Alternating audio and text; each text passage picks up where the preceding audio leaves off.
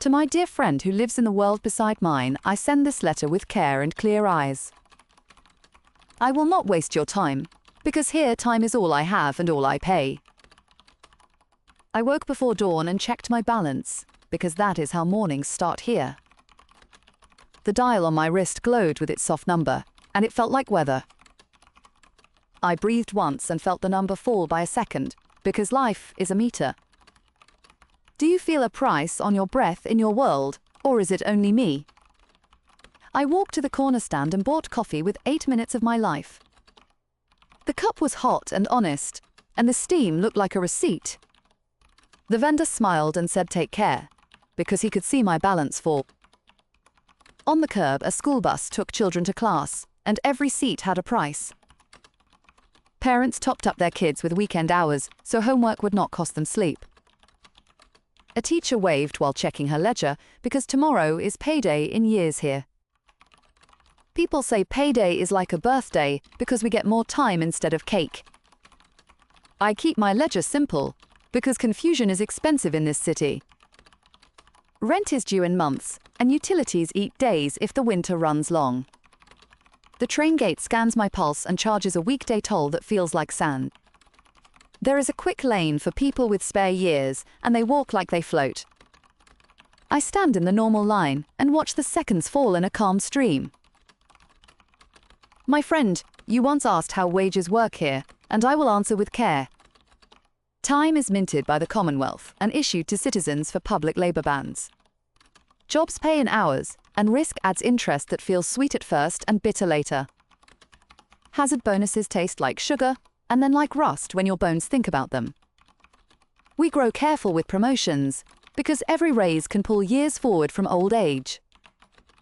My aunt worked the refinery and traded 10 safe years for 5 golden ones. She said youth is bright, but a short fuse is still a fuse.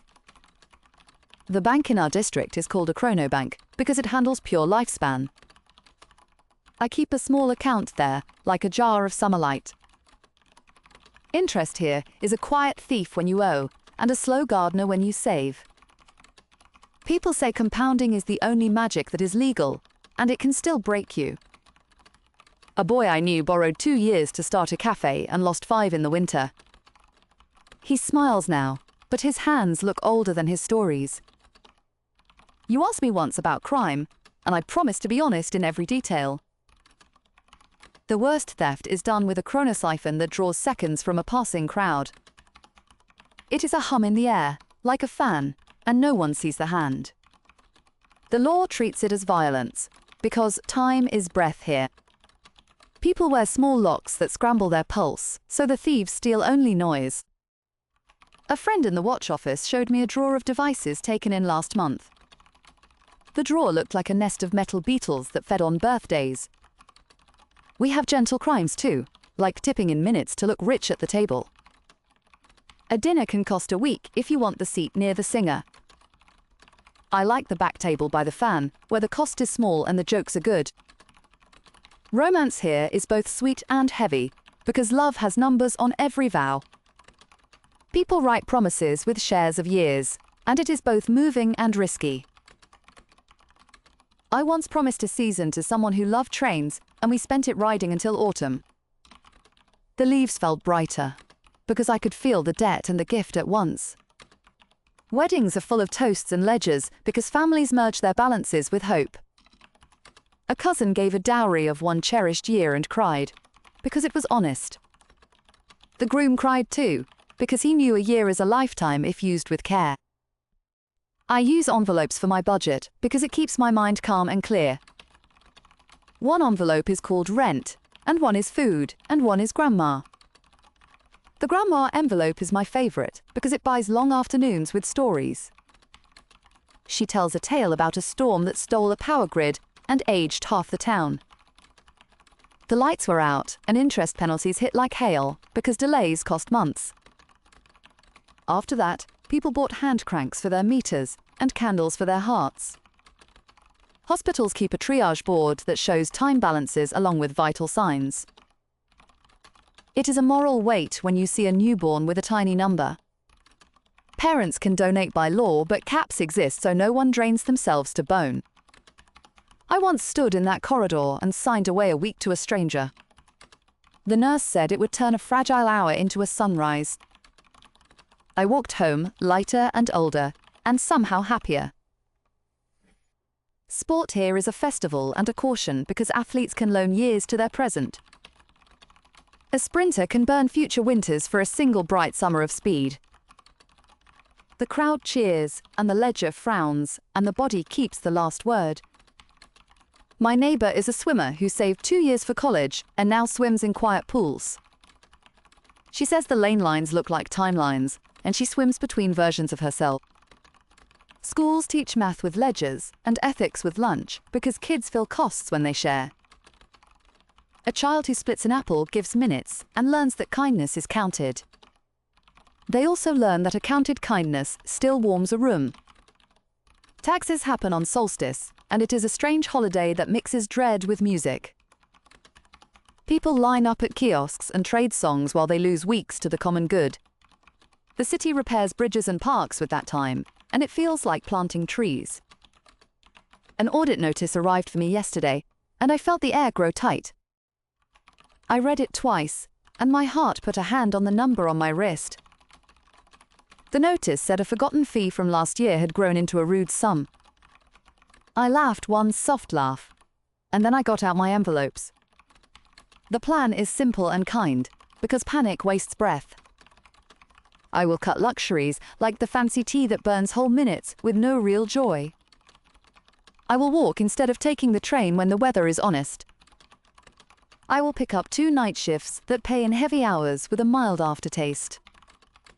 By next month, the audit will be clean, and my balance will stand straight. I know your world uses money that is not breath, and I wonder how it feels. Do you ever look at a price and taste the clock behind it? Do you ever give your time for free and feel richer than the wealthy? Here, that feeling is clear, because we see numbers fall when we care. My mother keeps a jar of paper slips that say gifts I gave without counting. She reads them when the meter scares her, and they light the room. Work for me is a records desk in a district office that smells like ink and rain. People bring disputes about loans, and we try to mend them with fair knots. A couple came last week with a ledger split like a cracked plate. He had given years to her art, and she had promised to repay with future fame. Fame did arrive, but the interest ate their mornings. I poured tea and asked them to name the days they loved most in their years. They named a picnic and a winter play and a small song on a stove.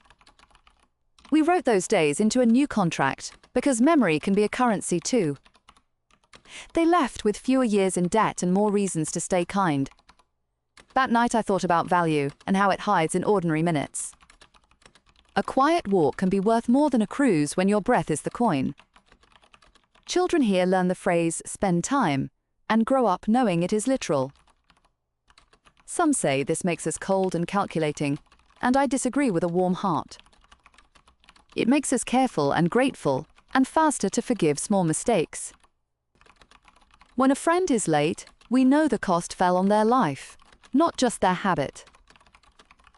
We bring tea instead of sarcasm and help them patch the leak. Aging here has 2 meanings, which I carry like 2 pebbles in one pocket. We age in years as you do, and we also age in balance when debts run late. Debt aging stings more because it steals choice and turns days grey at the edges. The best cure is community, because friends can pour minutes into your cup. A circle I meet with on Thursdays keeps a shared reserve for sudden storms. We call it the kettle, and we ladle from it without shame when someone falls. Once I was the one who fell, and my friends made a wall around me with their minutes. That wall held while I found a new job and reset my ledger. I will never joke about charity again, because I have seen it change the weather. There is a market street by the river where artists sell hours wrapped in songs. You can stand in a booth and listen to a lullaby that refunds 2 minutes of worry. A chef sells stews that give back calm, and people line up after shift. Not all returns are official, And that is fine, because human hearts have their own math. I have wondered about freedom in your world, and whether it feels wider or just louder. Here the limits are printed, but the meaning is still written by us. A rich person with many years can still waste a life, while a modest one can shine. The measure is in attention, which is the hardest coin to hold. I practice attention like a craft, because it stops leaks I cannot see. When I stir soup, I stir only soup, and the meter slows to a friendly pace. When I listen to a friend, I listen with my hands still, and the room grows bigger. The city sometimes holds a festival called the Long Night, where we all trade stories. No vendors take payment, and the hours feel taller and kinder. At dawn, the mayor rings a bell and declares a small credit to every citizen. The credit is not large, but the mood is large, and that is the point. You asked me once what I would buy if I had a sudden gift of 10 years. I would buy mornings and use them for walking and letters. I would buy lessons in a quiet studio and learn to mend clocks for neighbors. I would buy a small boat and take children upriver to see herons with slow wings. I would still work, because work ties me to my street with warm thread. The fear that visits me sometimes is not death, but waste. Waste here is when hours pass without touch or meaning or small creation. I fight that fear with tiny acts like thank you notes and soup and repairs. I also fight it with jokes, because laughter makes a minute grow roomy. The joke we tell at the records desk is that bureaucracy is a slow leak by design. We fix the leak with jars of candy and clean forms and a radio that plays old songs. One caller today asked for a hardship extension after a factory accident.